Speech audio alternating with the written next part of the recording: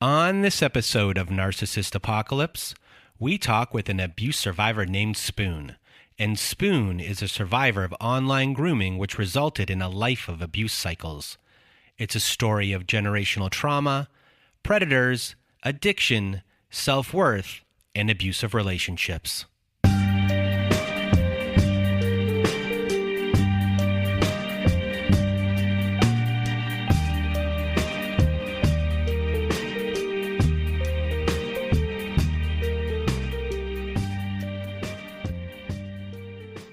Welcome to Narcissist Apocalypse, everyone.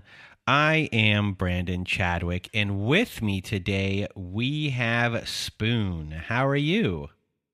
I'm good. How are you? I am doing well, and if you want to be a guest like Spoon is today, please go to our website at narcissistapocalypse.com. Top of the page, there's a button that says guest form. When you click on that button, it takes you to our guest form page. There you can read all of our instructions and either send us an email at narcissistapocalypse@gmail.com or fill out our guest form and press the submit button. And please do send it in the format that we ask for. And for today's episode, we have a big content warning for child sexual assault in this episode. Spoon was groomed online. And we also discuss suicidal ideation, but there is a graphic description on how Spoon wanted it to happen. So a big content warning once again for this episode. So with today's episode's Spoon's story, it's not a traditional family story or relationship episode. It is really like a trauma lifetime episode, and we discuss how family issues reverberate and how the assault reverberates throughout Spoon's life. Spoon eventually does fall into an abusive relationship, and there's just a lot of stuff that happens along the way. So this episode, it doesn't have the relationship as its main focus today because Spoon really wanted to share her story and have it focus on her worth, how everything around her shaped her beliefs on what it is to be a woman, and trying just to figure out who she is as a person and all the trauma that is involved with all of it and all the unfortunate experiences that went with it. So now with all that being said, I'm going to get out of my way and your way. Spoon, the floor is now yours. Thanks for having me on the show. I am going to be talking about cycles of abuse that I have been involved in my life. And obviously, the best place to start with explaining that is my childhood. So I grew up with two parents who did love us very much, but they had a really complicated relationship. I have memories where my mom would basically sit us down and say, like, we're going to get divorced. And everybody would start crying, and my dad would start crying, and then it wouldn't happen. And then that would kind of happen however much time later, and then it wouldn't happen again. And what I found out later on in my life is that she had basically found out that he was addicted to porn and was wrestling with whether to essentially like forgive him for this or not. And that there were some elements of abuse going on as well, according to her, but my dad has his own side of the story. Either way, it was very tumultuous. My mom was not the most emotionally regulated person in general. And so when the day that they ended up divorcing, I have a memory of a guy like walking around the parameters of our house and doing construction stuff. And I didn't really like know what he was doing. And then we were woken up in the middle of the night that night to my mom having suitcases packed for us, and the cops were outside. And my dad was like sitting in his car, and we couldn't say bye to my dad. And my mom basically like ordered us out to our vehicle, and he was crying. And what I found out later is that she had had all the locks changed on all the doors. And my dad had come home and thought maybe she had hurt us, didn't really understand what was going on. So he tried to break in through the basement, and she had called the police. And I just think that's kind of like a strange way to try to lead somebody. But again, I don't have all the pieces to like what was going on in their relationship. But that was kind of like weird and upsetting. And so they got divorced. And what it kind of turned into was both my parents, it became very much about them. So they just sort of entered into this competition of who do you love more. And if we loved my dad more, it upset my mom. And if we loved my mom more, it upset my dad. And so we felt like we weren't really allowed to express any kind of affection for the other parent while we were in the presence of whomever we were in the presence of. And so it caused all of us to start walking on eggshells around both of them. And obviously, when you're in that position, what that really does to the child is it puts the parent's needs before the child's needs. And so a lot of us learned to just sort of put our feelings on the shelf and not make it not about us at all. And it was very much about them instead. And so that's where I first learned that emotional habit of my emotional needs come second to somebody else's, not really examining what I was feeling because I needed to regulate and comfort my parent first. They came first and I came second. And so that was something that was very much laid out for me in my childhood of what was normal for an emotional relationship and an emotional dynamic. On top of the fact that my mom was a full-time nurse and she really needed my sister and I to step up and basically become child parents, essentially. So I wasn't really allowed to do extracurricular activities after school. I didn't really have time to hang out with friends after school. On top of that, they also wanted us to be very sheltered. Their idea of protecting us was to keep our bodies physically at home. They didn't understand how someone can affect your mind. That, even if you have the body safe, the mind can be affected by people as well. And so I just wasn't really allowed out of the house. We weren't allowed to watch a lot of mainstream movies.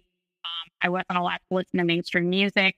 I just had no exposure really to much at all. I was in public school, but outside of that, those few hours, I felt very abnormal from everyone else. And so that also was another way that I was very vulnerable as a child. I think children are vulnerable in general, but I felt very abnormal to the people around me. I didn't really understand how to make small talk with them, how to approach conversations with them.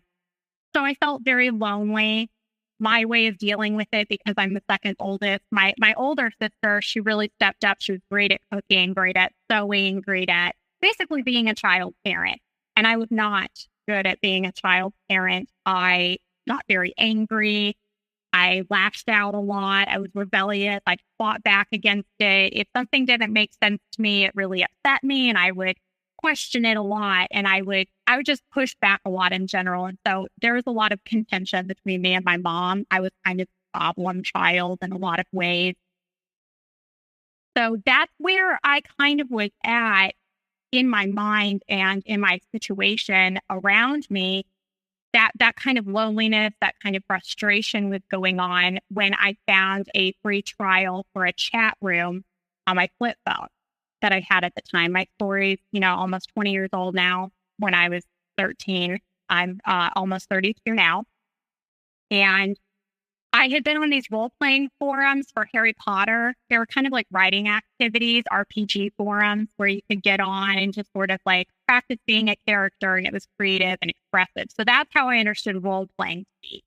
And so when I entered into this chat room, Dexter messaged me back and he said, "Yeah, let's chat."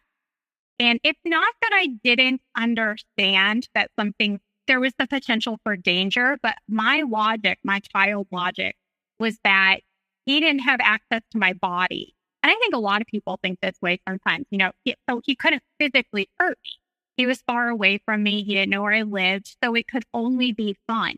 It could only help me be less lonely. It could only be a positive experience, essentially, because the dangerous part I had under control, right? So we started chatting, and I don't remember how soon after it was. It was within our first year of talking, pretty quickly afterwards, that he sent me my first porn video, and it was pretty graphic. And I had never, even dated a boy. I'd never held anyone's hand. Never had any kind of dating experience. And when you think about molestation, it really is skipping a lot of steps, and it leaves you feeling very confused very dirty, very uncomfortable. That's kind of what the porn video did for me. So it left me feeling all of those things. And, my parents didn't know that I was talking to this guy who was in his early 30s at the time, and I'm 13. They have no idea.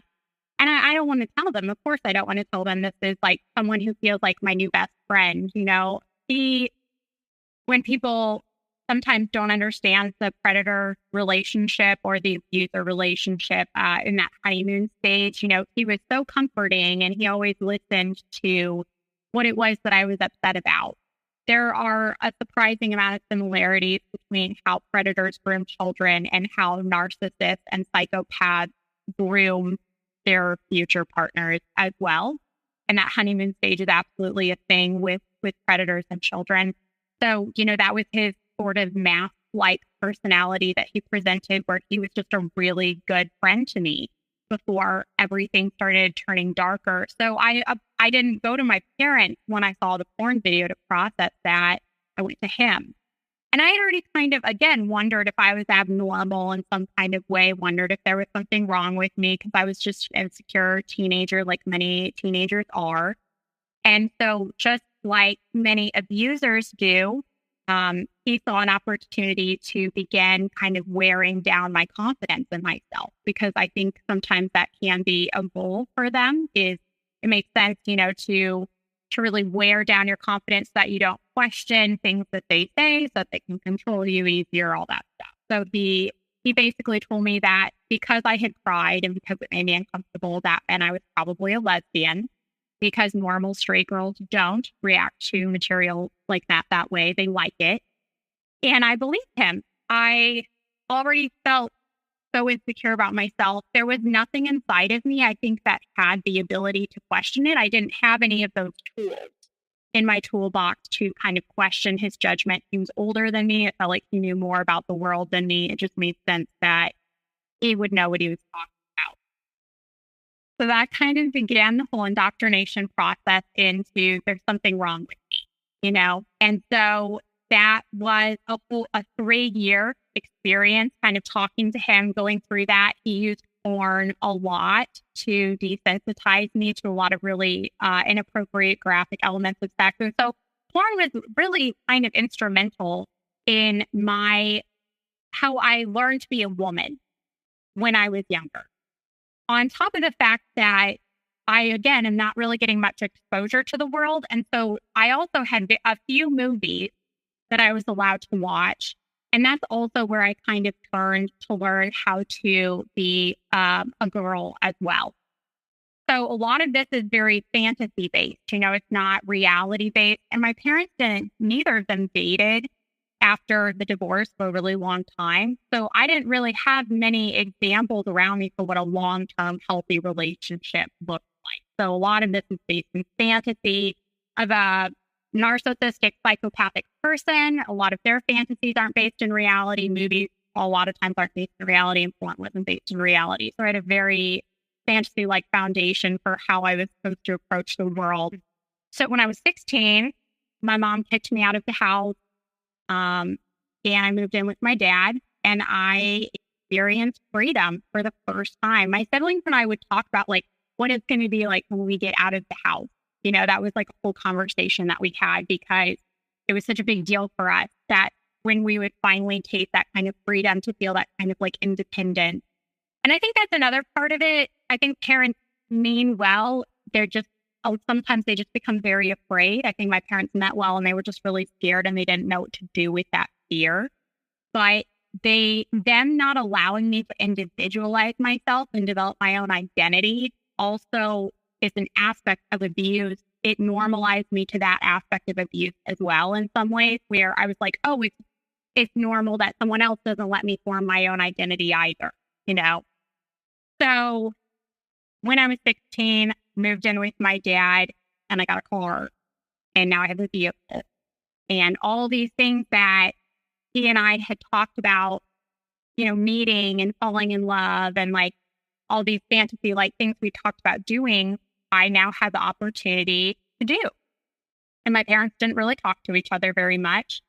So there was a weekend where I told my dad that I was going to go over to my mom's house. My mom and I weren't really talking at the time. And I drove down to Texas, which from the state that I live in is about a 12 or 13-hour drive. I had never even driven out of state before. And I just had panic attacks, but I think my brain through the cycle of abuse that I've been in with him it had already kind of been rewired. All of these experiences kind of slowly rewire our brain. And my brain had already kind of become rewired to be desperate for that dopamine. So even though I'm having panic attacks and stuff like that, I really didn't mind that much because it was also exciting and I felt alive and I felt like I was finally living, So it was what it was. And I drove all night. I was using MapQuest printout. There were times where I didn't even know there would be business exits that had the same number as the one I was looking for, but they'd have like an A or a B or a C. I'd get confused about whether that was the one I was supposed to get off on or not.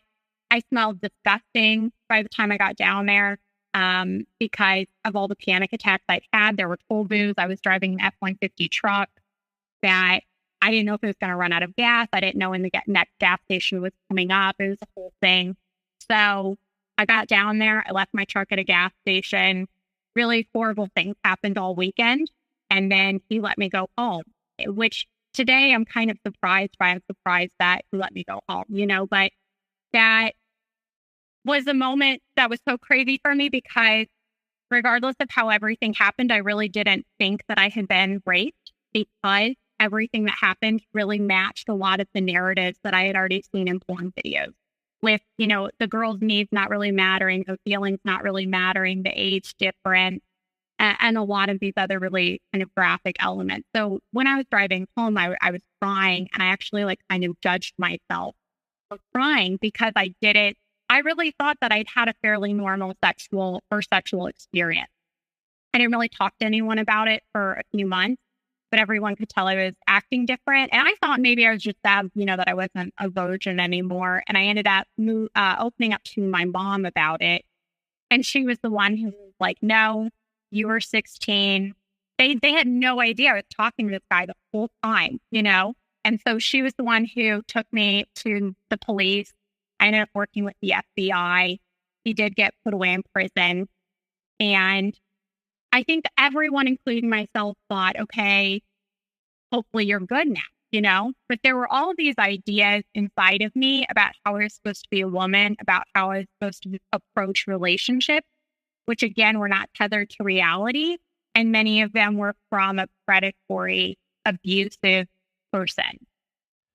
So before we get to the next, phase of your life, things that have kind of gone on here for you that are big themes to your whole entire life, because your story is not just a story of one relationship. This is about a lifetime of trauma that goes from one event to the other, how you're going to be walking through your life after this and things that you're experiencing.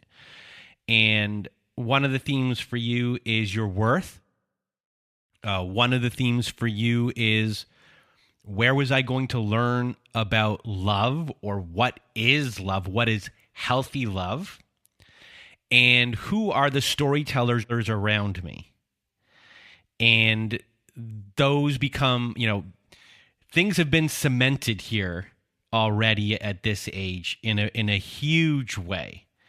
And the repercussions of everything are going to be felt, throughout your life. And you went through this grooming stage already and have experienced that in every single stage that goes there. And, after this unfortunate experience, one of the things you kind of stated was that the people in the videos that you were watching, they're not being affected by things. So you're kind of going along in that manner as well. You're replicating what you've seen. The trauma is there, and this is what you think is the way to act. This is what's been modeled for you. So, before this call, we had another call. And we talked about how you then became the cool girl, or what in movies the other trope was, I think it was the manic pixie girl or something along those lines. I think it might have been closer to the manic pixie girl. So can you explain to people what that is and how like all of what I just mentioned in this kind of take you into this next step of your life, which is like the ages of 17 to 23? Yeah, to talk about, I didn't realize a lot of the stuff about like storytellers affecting my life. This is all what I can see in hindsight now. But what I do realize now is how much the cool girl trope, because I didn't know the word trope until talking to you, how much she held me hostage. And to sort of encapsulate what the manic pixie girl or cool girl trope for me was, because I think different types of cool girls appeal to, we have different tropes that resonate with all of us, right? Different characters that we've seen in movies that we go, wow, that's who I really want to be. It's almost like when you ask a girl who's your favorite Disney princess, they all have a different favorite Disney princess. And I think it's because different characteristics of what a strong woman is supposed to be, different things resonate with each of us. And so for me, the cool girl in my mind, especially filed with what I learned from the predator I was involved with, is somebody who didn't have a lot of emotional needs. She was just so tough and so independent and so strong that she never needed anything from a guy. And if anything, she could outman a man in the sense that she would need so much less than he ever would that he would fall in love with her because of that, right? So like with a lot of women, if a man plays cool and aloof, that makes us want them more in some ways. But that's not necessarily the true in the reverse. So I really thought I would beat myself up about having emotional needs of any kind. And I also wanted to be just as tough as possible, never afraid of doing anything that was cool in society, right? So more wild, more adventurous, just this kind of like adrenaline junkie who was down to do anything, never said no to anything, right? Because to say no to something is not cool. You need to always be down for whatever anybody in the room wants to do, which is so chaotic and dangerous because what anybody in the room wants to do changes depending on who's in the room. Everybody has different moral standards. Everybody has different expectations of what they think cool is. And so you almost have to become this shapeshifter of sorts. And I wasn't very good at it at all. And so I was constantly failing at being the cool girl, is how I would describe the next phase of my life, trying to be the cool girl and not doing a very good job at it because I would have emotional needs and I would want to fall in love. And I would be afraid of doing certain things that were risky and wild and adventurous. And I didn't know the word panic attack back then, but I would have panic attacks. All I knew was that it felt like my veins were on fire and my hands were numb and I'd throw up. But I felt a lot of discouragement about that. And so for the next phase of my life, I got out of the house phase with all of this freedom around me. That's really what I tried to be. And I did want adrenaline and I did want adventure. It's not that I didn't, but I tried to pursue it through this lens of what I thought I was supposed to be like, instead of actually sitting down and saying, okay, what kind of person do I want to be? Just like asking myself that question in a more genuine way. And even just sitting and going, okay, what did I just go through for 3 years? I didn't really sit down and process that because I thought I got the gist of it. Somebody was kind of mean to me for 3 years. It resulted in rape. We get it. There's nothing else to really like look at here. I didn't want people's pity, so I didn't really talk about it. And it just stayed very unexamined. So yes, that was the next phase of my life was I went to community college. I worked at Starbucks when I was 16. That was the first job that I got. And I worked with a lot of people who I didn't know at the time were alcoholics. So I was like drinking on the job, in the back room with them. People were bringing like crazy laced weed to work because I would always work the night shift and I'd be like hallucinating, trying to make coffee, and just crazy, crazy stuff. And And maybe it doesn't sound that crazy, but for me, it was definitely pretty crazy. And at the same time, I'm trying to actually date people, right? I'm trying to be involved with people.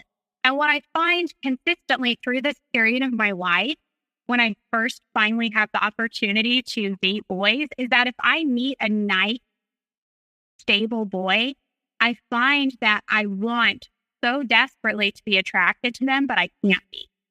And that also really makes me feel like there's something wrong with me all over again, because I can logically see that these are good men or good boys. They were boys my age, but I couldn't feel attraction to them. And it would make me feel bored. It would make me feel restless. I just couldn't feel what I thought was attraction at the time. But what I understand now is that adrenaline inducing spark, right? Which is a very different thing. I think in healthier relationships, attraction is built over time and you learn to enjoy each other as actual people. And it's not about just how you felt on that first date and all that stuff that we're kind of taught to think.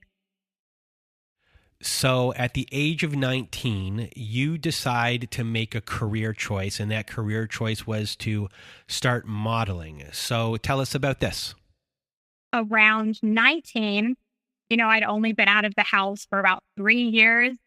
My predator got put away when I was 18. So going through that whole process with the FBI and everything took a while. So I really was very fresh out of these experiences when I decided, you know what? I want to try modeling. Why not? And I started very local to where I live, but then I got the opportunity to actually pursue it in New York instead. And so, after having explained everything that I just explained about myself, obviously to move into an industry where there's a lot of power and a lot of people who have the potential to be predatory and the potential to want to push you around and definitely want you to adhere to their moral standards, I was not the most equipped person. I think some women can go into it and have a completely different experience than I did. But for me, I was a very vulnerable person who didn't have the tools in my toolbox to know how to say no to things, to know how to know what I wanted on my own outside of the people in the room with me. And I was just really, really open to being exploited in a lot of ways that I didn't understand. So I went through that experience for 3 years again. My contract was for 3 years. I traveled around lots of different countries. And the whole time I was thinking, if I just do what everyone's asking enough, and I wanted to, it's not like I was sitting there secretly resenting them. This was my normal. This was their normal. Asking me to get naked was their normal. Me getting naked was my normal. But I really thought if I just did it enough, eventually everyone would like me, right? Which is so unrealistic because you can't please everyone. And not just that, but that I eventually, at some point, would officially be the cool girl. And I would feel this kind of satisfaction inside where I would finally like myself. Eventually, if enough people liked me, I would like myself too. Because the whole time I have still felt abnormal. I have still felt insecure. I have still felt like there is something wrong with me. That indoctrination of you're a deeply flawed woman who's a failure at being a woman was still in the back of my head at all times. And every time a man rejected me, I wondered if that was why. Every time I wasn't able to be in a successful relationship, I wondered if that was why. It was just always there. So I ended up getting addicted to drugs, developing problems with alcohol. I didn't find the things that I was looking for in that. And I really hit a bottom with it, where by the end of it, I'd given myself away so much. And I tried to change myself over and over again so much that I didn't even know who I was anymore. I was like a shell of myself in a lot of ways. And I remember one of my big things is that I really like making people laugh. That's a big deal for me. I enjoy having a sense of humor. I enjoy being able to laugh in the midst of hardship and stuff. And I was such a shell of myself by the end of that I couldn't even remember the last time I told a joke. I couldn't even remember the last time I had actually had the ability to laugh. It was really bad. And so I decided to quit, which felt like me being a failure. It felt like I'd had the potential opportunity to become famous or make a lot of money, and I failed at that. And so I felt like I really had like peaked at 22 in my life, and there was nothing else I could ever do that would ever matter as much as being famous maybe could have. And that was devastating for me psychologically, on top of the fact that I'd had so many experiences that people couldn't really relate to. Not like I could go home and people be like, oh yeah, when I traveled to X country overseas and, had these crazy experiences in a club with whatever, like promoters trying to do creepy whatever. Like nobody could really relate to the things that I'd been through. So I moved back home, and I once again didn't really know how to relate to the people around me because I hadn't let myself learn that skill. I hadn't worked on learning that skill. I'd once again let myself sort of exist in a more artificial environment for so long that wasn't based on like real ways of connecting that are more healthy. But it was pretty cool because I started working at a restaurant, and I did start learning some of those skills. I worked with people who, they didn't have all the money in the world, but they would give you the shirt off their back a lot of times. They were really kind. But once again, a lot of people in that restaurant struggled with alcoholism.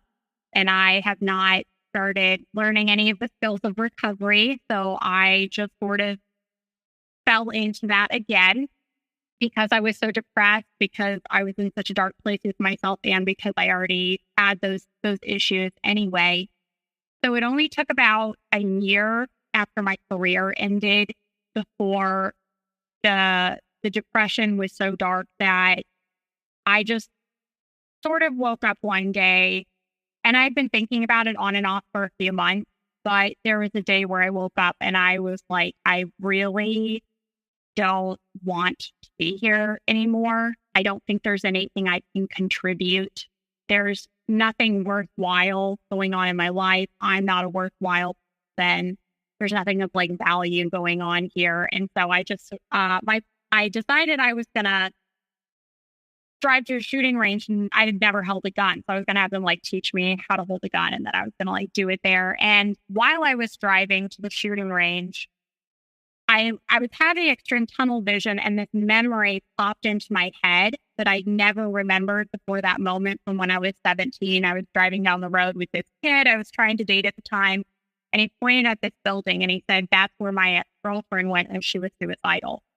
And the only way I can describe it is that when this memory came into my head, it almost gave me like a window in my tunnel vision to where I could realize for the first time that I did need to go get help. And so I actually drove to that suicide unit, and they just happened to have this 30-day residential program, the only one in the country, that moves around to different facilities. And it just happened to be there when I got there. And I ended up doing it, which was not my plan at all. I thought I was going to go get a couple pills. Somebody was going to tell me something inspiring, some kind of inspiring quote, and then I was going to leave. But I ended up doing this program instead, and it completely changed my life. It was where I learned about sober houses. It was where I learned about potential for me to get sober, and really started addressing some of these questions of, on the suicide unit, the question I really asked myself for the first time was, what do you consider an accomplishment? Because my definition of what an accomplishment was so unrealistic and so off the chart high that no one would ever feel like they accomplished anything unless they were like Beyonce or something, So they really had me ask that question, and then also start asking myself, like, what did I expect myself to be as a woman? What kind of expectation? So that was the first place where I asked myself that in a tiny way of like, what kind of woman am I trying to be? And that was really impactful for me to just really turn inward for the first time and start looking at some of the stuff inside myself. So I'm forever grateful for that program. And I found a sober house, and I called them, and they said, we have one bed open. If you drive straight, like from the day you're discharged, you just drive straight down, you can have this bed. So I literally like packed up a suitcase and was relocated to a different town almost overnight after I got discharged. And that was where I got involved in AA for the first time. And that was the next big impactful thing that happened to me that I am forever grateful for. AA really taught me two things. One was that I had a really bad problem with like splitting thinking of things in black and white terms. My parents were really bad about that. My predator was really bad about that. I really picked up that habit of like, people are either all good or all bad. And it affected me being able to examine the people around me in a more realistic way. And it impacted and affected me being able to examine myself in a realistic way. So AA was the first place where I really started working on that. And the other thing that AA really helped me with is that it showed me for the first time that you can have voices, not literal voices, but you can have voices inside of you that don't want good things for you. You can be abusive to yourself. You can have thoughts and intentions that don't want good things for you. And so it's not always good to listen to your own voice. It's not always good to listen to your own instincts. And that came into play much later in my life when I finally realized that I was addicted in some ways to abuse or abusive relationships as well. But AA was the first place where I really learned you don't just take every thought at face value as like a freaking gem. And you don't just assume that every instinct you have is just like amazing. That you should question those things and examine those things and have accountability partners like a sponsor or trusted friends who you can talk to that stuff about. And I really appreciated AA. Your fourth step is about taking honest moral inventory of the things inside of you that do need to be worked on. And I think confession of the soul with a trusted person can be such a healing part for us or anyone in their journey. So to really share that stuff with somebody, whatever it is, whatever those skeletons in your closet are, to share that with somebody and for them to not look at you like you're disgusting and to actually say, I get it, I've been there, was pivotal for me. And I've watched it be so pivotal for other people as well. And now when I meet other women who are addicted to a narcissist or an abuser, because that really is where I have more conversations nowadays with people centered around that.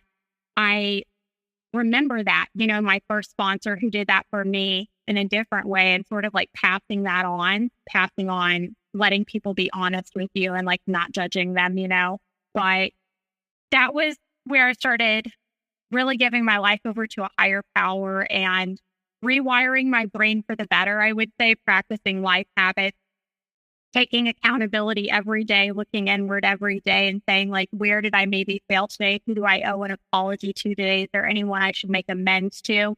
I think that's such a great daily habit to have anyway, but I'd never done that before, So it's really exciting and new and cool. And I feel like I learned so much through AA. This show is sponsored by BetterHelp. About 13 years ago, I was really uncertain about my path in life, and I knew I needed to make a change. And I used the help of my therapist to do this, and we really began to talk things out, experiment a little, and create building blocks for this change. And within this time, I learned that failure was okay, and that was a big lesson for me. And I had my therapist with me to help me through all of this.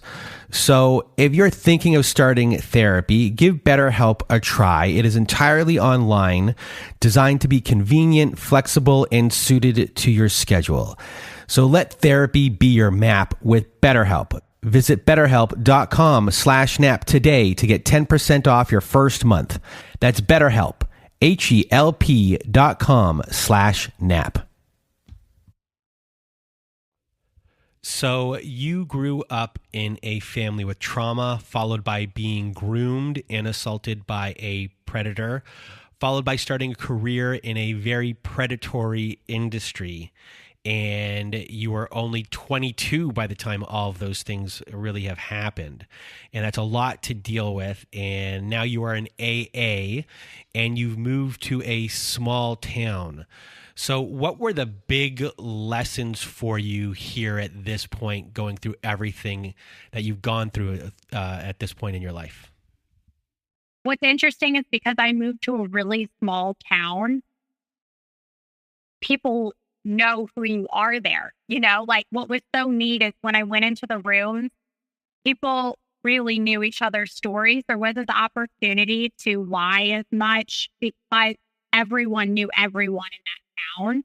And so in some ways that showed me for the first time, if you go slower in relationships, not just romantic, but friendships as well, if you go slower, it gives you more of an opportunity to see through people's action.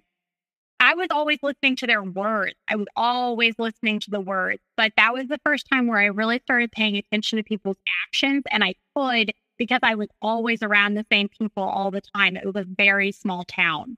And so you got to watch whether people's actions matched up with their words. And I think that's a skill that I still use to this day.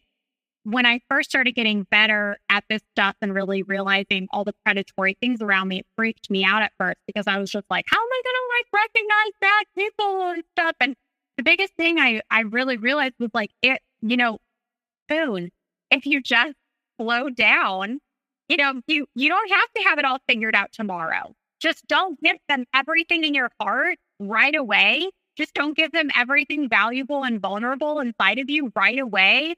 And you're safer. But that's why I think I was freaking out and I was so scared, was because I was still opening my heart immediately. And this isn't an AA, this is just me as a person, And so through AA, I think if I remember correctly, there were so many people giving me wisdom all the time down there, but there was a woman who said that, she was like, you're always rushing into things. You're always rushing into all this stuff. You're never giving yourself time to stop and think. She was like, just slow it down. Let yourself stop and think before you just do these things impulsively. And so that was kind of a seed that was planted that I learned the rest of that from. But yeah, a huge part of it was just observing people's actions. And because especially in the modeling industry, you'd meet somebody for a day and then you'd never see them again. So they could tell you any kind of story that they wanted. And with the predator that I was talking to, it was over the phone. So I couldn't observe any of his lifestyle actions that way either. It was so words-based the whole time. And I think a lot of abusive relationships, the most controlling mechanism they have is their words. So I really started paying attention to actions instead. So after AA, what happened, I guess, for the next few years of your life? How were you walking through it? And how did your life improve after that?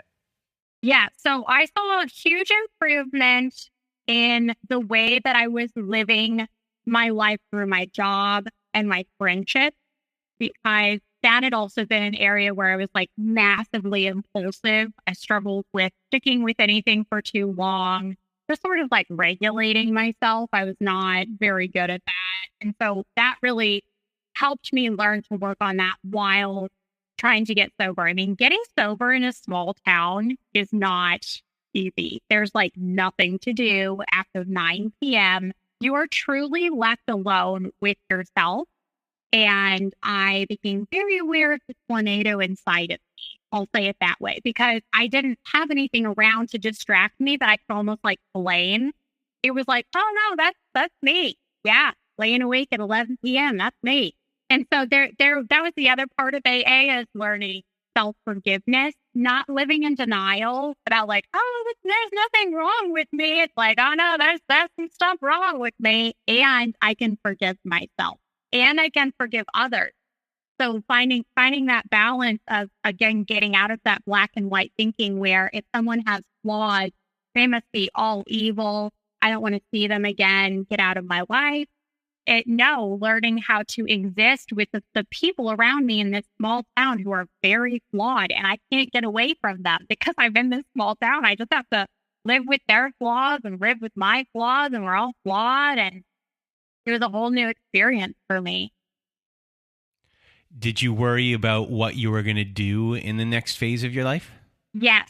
So that also was a huge challenge. Lots of things being worked on all at the same time. As I went from being a model to working at a restaurant, which already challenged, that feeling of accomplishment that I was struggling with. And then I moved to a small town where I was cleaning toilets in hospitals. And again, really working on that feeling of accomplishment. And it really took years. I'm not going to lie. It took years for me to get rid of that. I dealt with it. I chose to be okay with it. But to really actually feel the peace of like, I am a worthwhile person no matter what I'm doing in my life, career wise, that took a while. But I was still working through that down there. So I was examining all these things externally, in terms of my job and drug addiction, but I wasn't examining my relationships with men because my very flawed thought process was that you can't get groomed after 18. And so predators and abusive people, this was like my flaw. I didn't know how to look for abuse. And I assumed all predators only, went for like children, predatory type people. I'll say it that way, because I think some abusive people can also be incredibly predatory in their own way. So I wasn't really examining the dating process at all of how I was getting involved with men. I was still going for people who definitely were looking to exploit me sexually, pressuring me. And there were times where I really didn't want to have sex very quickly, and there was pressure. But just sort of, again, like not examining the dynamic of how I did relationships from my end or from their end. And I guess it's just because that had been so normal to me for so long. I was like, okay, maybe I should like not move in with someone right away. That makes sense. Take that slower, but for the actual way that I'm the woman or the way that I approach actual sex, that's not really a conversation that people have anyway. Like nobody sits you down and is like, hey, are you having sex with somebody? I'm like, you don't discuss that in AA. You don't even really talk about it in therapy. And when I've watched videos by experts on sex addiction later and how women sometimes cope with trauma through sexual issues, they say that sometimes talking about like going to sex therapy can be good. But either way, just like hadn't examined any of it. And so I was approaching all these relationships still in ways that were very self-exploitive, didn't care about my own needs, just always assumed that it was me. I just like always assumed it was me. If like the relationship fell apart, it's probably me. So I was working a lot on like those things, but not so much the relationship aspect of things. And I'd have people sit me down and logically explain like, hey, you should wait to have sex for X, Y, and Z reasons, even just a couple of weeks, even try and just make it a month, something like that. And for me, it was like, no, because then they're going to leave. Like they're going to leave and I don't want them to leave. They're my drug, so that I couldn't even consider it. I couldn't even consider altering the way that I dated or the way that I was a woman. So that's just the way that it was. So after that, I eventually moved back up to where my family lived. I moved away from that small town. I moved back up to where I was from. And I met a guy when I was 28. And this was really my bottom. For people who don't know what a bottom is, kind of like an AA term, but it's where you sort of reach the bottom of yourself, where you come to the bottom of the barrel, almost of like the lifestyle you've been living. And a lot of times it's because something really horrible happened that kind of shows you like the worst case scenario of everything you've been in denial about. If you only get like a sprinkling of pain, sometimes you're like, no, this is fine. It's okay. It's long term. But your bottom really shows you, no, all these habits you've been engaging in, this is what it ultimately leads to. So I met a guy. He was really quiet, really nerdy. And I remember that I automatically assumed that made him a safe person, because I just sort of had this assumption that dangerous people I don't know. I just somehow thought they were the opposite of that. What that was, I don't know. I don't think I had like an image in my mind, but I just didn't think that really quiet, really nerdy people could. It just felt very gentle. So I assumed all of my walls went down right away. I was like, yeah, like I'll just do everything with this guy that I normally do. I'll do that cool girl bit where I seduce them with my body and hopefully they stay and all that stuff. So I did that with him. And I could tell, because this had been very normal for me, looking back now, like I think a lot of the guys I was involved with were sex addicts, and I don't say that casually. There was just a lot of sex demanded of me all the time in my relationships. It was like I didn't love them if I wasn't giving them sex like multiple times a day, all throughout. Like even if I was exhausted, even if I was sick, I needed to be giving them sex. And if it didn't happen that way, it was an affront to them. I didn't love them, all that stuff. So sex was very pivotal in a lot of my relationships for how I drained myself and didn't care about my own needs with these guys. So I was doing that with him. And he told me that, he was in the middle of a divorce. It was going to be done soon. And I was like, yeah, that's cool. And one of my married friends was like, you shouldn't date him until the divorce is final. And I was like, that's stupid. Like, he said he's getting divorced. So we started getting involved. And I could tell that it just from the way that he was as a person, I could tell that he wasn't super loyal as a person. And so that stressed me out. And I remember thinking, okay, I just need to start having sex with him like more, because if I don't have sex with him enough, he's going to cheat on me and it'll be my fault that he cheats on me. So that I would just ramp it up even more. And I was giving him it like all the time. And I ended up getting pregnant from us having sex. And even in my first trimester, when I was really nauseous and I was really tired, he was still asking for it the same amount. And I once again felt like, no, I need to keep giving it this amount because otherwise he's going to leave and he's going to cheat on me. And that was just my thought the whole time, was like, if he leaves, it's my fault. This is what I need to do to make sure that he stays. And so it was in the middle of my second trimester. It's hard to even describe how much I gave this guy in terms of like my heart too. He would be so manipulative and so harsh and so mean. And I would give him continual forgiveness. And so all these habits that I originally learned with my predator, but also through ways that I was trying to be the cool girl, I amped up even more with him. I was like the best secret keeper. And I was the best at not questioning anything that he said, because that's how he preferred me to be. Whatever he wanted me to be like as a woman, that's what I did. And I wanted to make sure that I did it to the best of my ability. And so I burned myself out. I was so drained and tired from how much I was trying to be not like myself and be the most extreme version of a cool girl, really, more than I'd ever tried to be in my life to try and get this guy to stay. And it was in my second trimester, after giving him like all this love and all this forgiveness and all this sex and trying my hardest to not be myself and not ask questions, because the cool girl doesn't ask questions. The cool girl doesn't care. She doesn't care so much that she doesn't even need to ask questions, because she's so cool. In my second trimester, I found out that there was no divorce and he had been married the whole time. And all of these skills that I've been practicing for how to be a woman had been to my detriment. The lack of asking questions, the lack of an ability to stand up for myself. There'd be times where I'd be like, who are you texting? And, he'd try and make me feel like that was needy and that was wrong to be asking those things.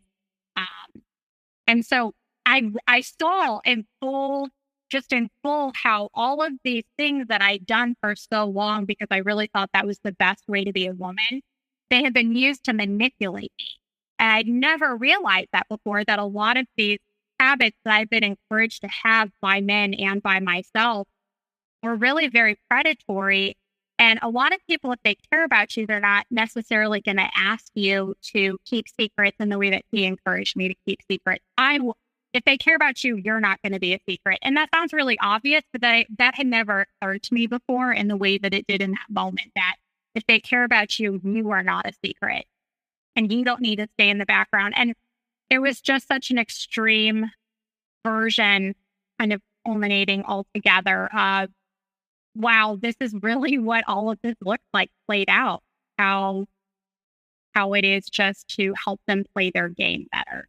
And it was to help him play his game better and to get more sex. And what I ended up finding out in the end is he was still having sex with like a couple other people. It wasn't even just me. Like, no matter how much sex I had given him because of sexual addiction, it's never enough. Just like any addiction, it's never enough, you know? And so that was the moment.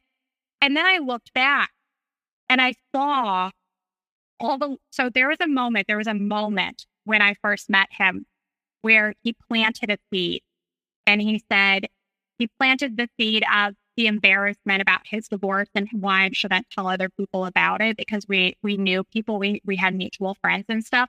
And I looking back, I realized he planted the seed and then he watched what I did with it for a few months before he pursued me. He gave me a couple of secrets. He watched what I did with those secrets. And when he saw that I was a good secret keeper, then he started pursuing me more. And that was where I first realized that people like taste you and they poke at you a little bit to see how you react to these ideas that actually aren't very good ideas for you. And if you go, oh yeah, I'm a good secret keeper, or, you know, oh yeah, I'll like totally give you sex anytime that you ask for it. You know, like they verbally poke at you to see how you react to these things. And if you show that you're on board the way that I would always try to be on board with everything, that's how they figure out your character to see if you're a good match. And that was really pivotal for me. And then I started really examining, okay, how did I react when he verbally poked at me? What types of things? Did I ever defend myself? Did I ever stand up for myself? No, of course not. But I'd never paid attention to that mechanism inside of myself before. And that was the first time where I was like, wow, I never stand up for myself.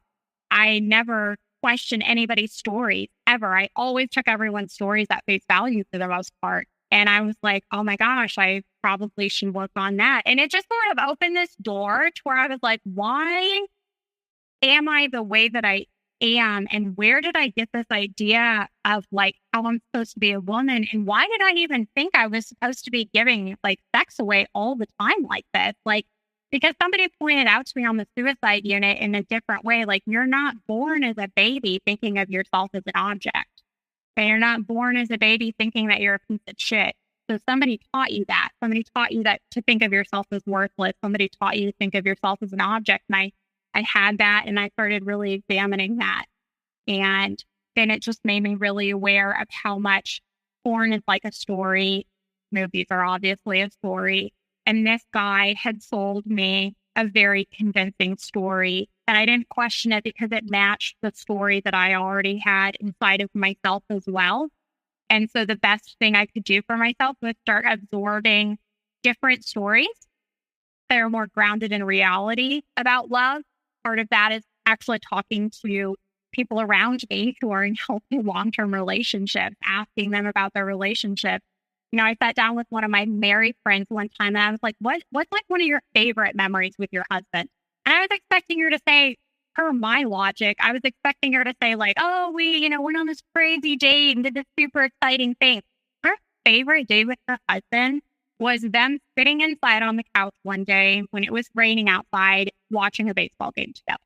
And she really loved that moment because in that moment, she could tell how much he loved her. And it was just how they felt together because of the safety and the calmness of their life. And I remember another married friend I asked, I was like, what did it feel like on your first date with your husband? And she was like, oh, it's really boring. And I was like, what? And she was like, yeah, the first 3 days were like really boring. And I was like, why would you go back on another date then?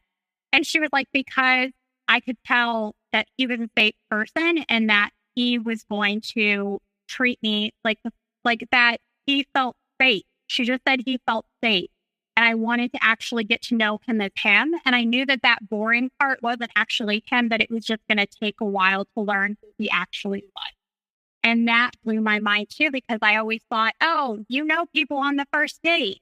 It's just what I'd always been kind of taught. And then it was re-examining that and going, no, a lot of these predatory abusive people, they present a mask on the first date and they try and convince you that that's who they are. But it takes a while to get to know people. And so I started just absorbing different stories and going to different sources to learn about how maybe women can be, and re-examining being a pool girl in a different way for myself and redefining that in a different way. So, after this experience, listening to you talk for a while about being what everyone else wants you to be, and that, like, once again, you kind of fell into that role. But I've also not heard you say who you are and what you like and all of those things. I know all of these experiences you've gone through that have made you, but there's still this child who grew up with no sense of identity in a lot of ways. So what is your identity now, and what are all of those things, and who are you? And how did you go about discovering what you actually like? The hardest thing for me and my journey of recovery is figuring out what I like. That has been one of the hardest things for me. Like, people, if you have a hobby, you have no idea how blessed you are to have a hobby and to know what you enjoy. Because for so many people in recovery, including myself, it's like, what do I enjoy? And a lot of that comes from, again, sitting still and almost seeing like what you do in your boredom in like a healthy way. And I had to almost like go back to my childhood and be like, what did I enjoy doing like before my predator came along? I really enjoyed writing. At the time, I was, I'm not saying like I was an amazing writer, but like I was in this writing class that you get through the mail, and my teacher said that I was like pretty good at it. And that was something that I really enjoyed doing before the tornado hit in my life. And I kind of moved away from that. So I started trying to write again. And there's been other thing. I really enjoy editing videos, and you almost like accidentally fall into learning about this stuff. But it's when I stopped trying to obsessively date like a drug, and when I stopped trying to use drugs, and when I had way too much free time. In that boredom, you do learn what you almost like gravitate towards. As for who I am, I think a lot of that I'm still figuring out, but I know that one thing that I am today that I'm very proud of is that I'm a lot better friend. I was a horrible friend to my friends when I was addicted to men. The minute a drug came along, I would ditch my friends. I wouldn't communicate with them consistently. And they would always be there for me when I was picking up the scraps from the devastation of what had happened. But I'm really happy with the fact that today I can be a really good friend to my friends and not just sort of use them as people to help me clean up the mess and comfort me in the midst of, the ups and downs of that cycle of addiction. I would say also one thing that if I'm trying to describe who I am, I'm somebody who really strives towards honesty each day. I'm not always great at it, but I strive towards becoming a better person, being more honest with myself, more honest with others. And I'm really proud of that. What I've really learned is the things that I'm proud of today are not big. They're actually really small. But the small things that I have took so much effort to get. And people might not be able to see that. They might not be able to see all of the massive changes that have happened in my character over the years, but I know what I had to fight tooth and nail through inside of myself and different temptations around me to get to where I can be a good friend and a more honest person today. And that's two of the things that I'm honestly the most proud of, as well as the fact that I care about other people, not just myself. I mean, I always cared about people to some degree, but you say that you care about people and then you only live for yourself. So that's kind of a contradiction. Now I feel like I actually have the ability to like care about other people. And I'm really proud of learning that skill today too, and having joy. I didn't have joy for like so long. I think it's very different from happiness, but I feel very blessed today that in AA taught me this as well. No matter what your circumstances are, you can still feel joy in the midst of pain if you look for things to be joyful about and grateful for. And I'm really grateful for the fact that I feel like I know how to do that today too. So those are some of the things I feel like I am as a person today. And if you had any words of wisdom for everyone listening, what would they be? I guess everything that I've almost already said. I think it's so rare, in a world that's just like jam-packed full of information today, it can almost be like overwhelming, all of the different opportunities you have to absorb a new way of thinking about your trauma or thinking about yourself as a person. Kind of like what I already said, what's so great is we get to decide, we don't have to necessarily let other people decide for us. But yeah, make sure that you keep trusted people around you. They're hard to find. They're hard to come by. They take time to identify. And those are your accountability friends and your friends in general, like not that anybody underestimates those people anyway, but keep them close. You need them. Well, Spoon, I really want to thank you for being a guest on our show today. We haven't really done episodes in this kind of style a lot, where we're kind of going over someone's whole entire life so far, in the sense of it's not fully based around a relationship and not fully based around just a family situation, and about,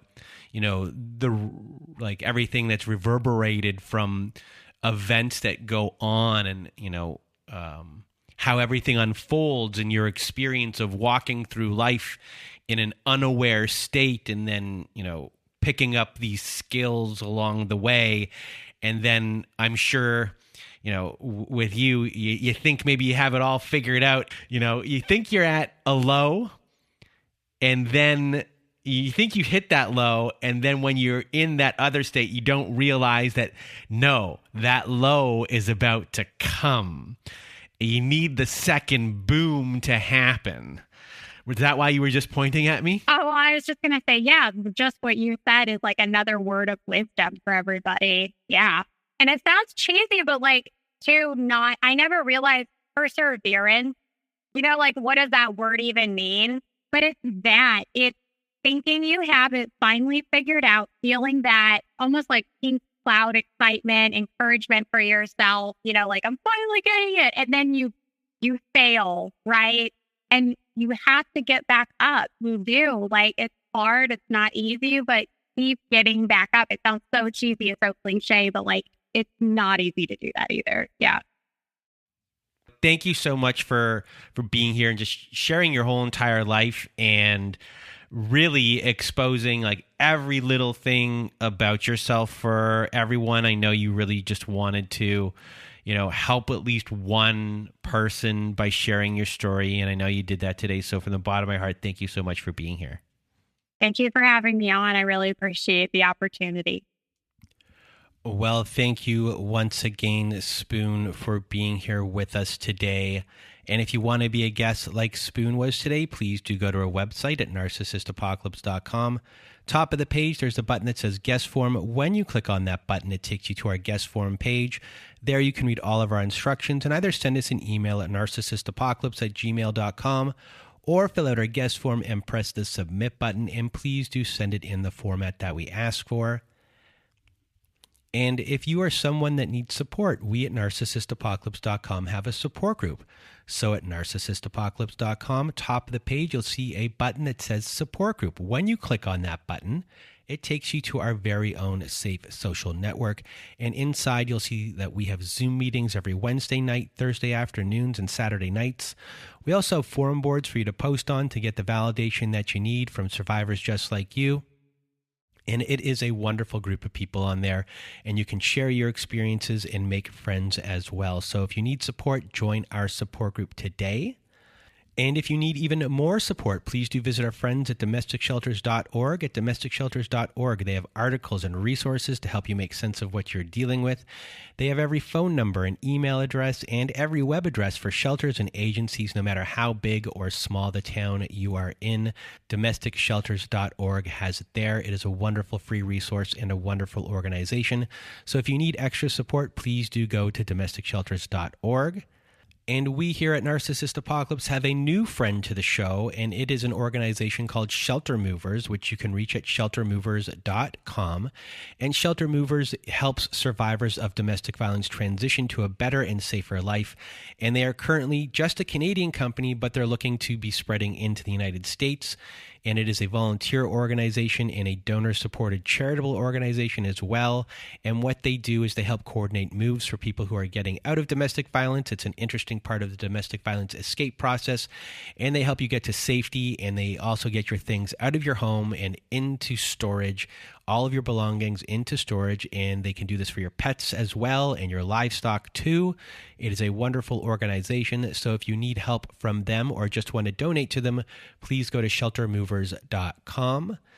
And that is it for today's show. So for myself and Spoon, we hope you have a good night.